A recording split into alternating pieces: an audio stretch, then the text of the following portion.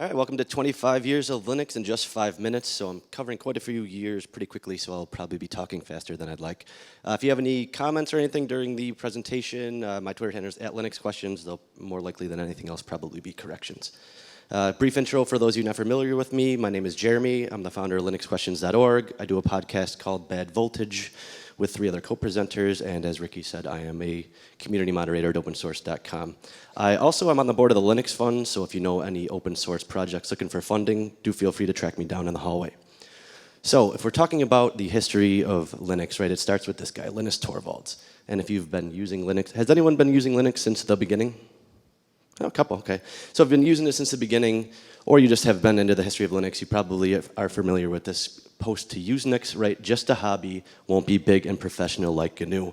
What you might not know is he originally thought Linux was too egotistical. He was going to call it FreeX, which is a portmanteau of free, freak, and X. I think he made a good choice calling it Linux.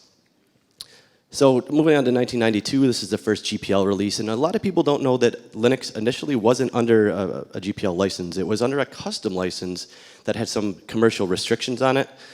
And when they changed it to the GPL, that's when you're starting to see your first distributions. And the next year, in fact, you get Slackware and Debian still going. Yggdrasil, which is what got me into Linux, was released that year. And that year, we also get 100 developers. So you're seeing the uptake of Linux pretty quickly right from the beginning. Now in 94, you get the 1.0 release, and this is when Linus felt that all components of the kernel were kind of fully matured. But keep in mind, these are still early days, right? The only machines supported are single processor i386 computers. A year later, you get the 1.2 release, and through some outside contributions, you get some additional architectures are being supported. In 96, you get multiprocessor support, but more importantly, I think, we get this. And this really is the initial idea Linux had for Tux. Obviously, we ended up with this. Once again, I think a better decision. 99, you get the 2.2 release. What you see up there might not seem interesting now. At the time, it was some pretty heady stuff. But you also got this, right? This is Alan Cox, for those of you not familiar. And while in the 2.0 series, a guy named Dave had been doing some late-stage maintenance, and Alan had been doing the A-series, this is the first time he passes mainline Linux off to another maintainer. All right, in 2001, IBM pledges to spend $1 billion on Linux just that year, and that was a huge year for the commercialization of Linux. That year, you also get the 2.4 release, which added a bunch of different technologies, and you get a new maintainer in Marcello Tosatti. Now, in 2002, something important happens. For the first time ever, Linux moves to source control management. Difficult to believe, but for a decade, he had done it manually through patches and email. 2003, you get the 2.6 release, but this is also the year that Sko Group filed suit against IBM, right? And that really added a lot of uncertainty into the Linux ecosystem. In 2004, and you're really starting to see the commercialization of Linux come upon, and with that, companies want cadence, right? They want to be able to schedule their products. They get that in 2004 with regular releases. Now in 2005, due to some licensing issues with BitKeeper and a little bit of a fracas with Tridge, Linus writes Git and immediately moves all of kernel development to that. And as you know, now Git is very, very popular. 2006, you get the first long-term support releases. They're still around today. That's Greg KH. He still does some of them as well.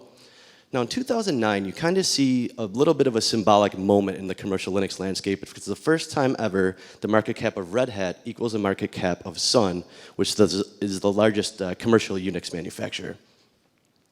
2011, you get the 3.0 release, and there be 2.x had been going on for a while, right? And when someone asked Linux, why did you finally change from 2.x to 3?